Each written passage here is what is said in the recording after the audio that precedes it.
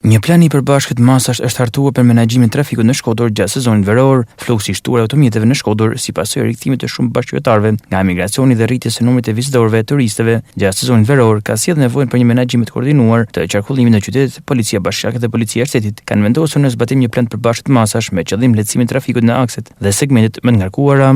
Periudha verës përkon me kthimin e emigrantëve në vendin e tyre. Kjo sjell një rëndim të trafikut në qytetin tonë. Policia bashkiake në bashkëpunim me policinë e shtetit kanë krijuar një plan të përbashkët masash për të bërë të mundur lehtësimin e lëvizjes së automjeteve në qytetin tonë. Kërkojmë nga qytetarët bashkëpunimin e tyre me policinë e shtetit dhe me policinë bashkiake, si dhe përdëruesve të rrugës, që të respektojnë rregullat e qarkullimit rrugor.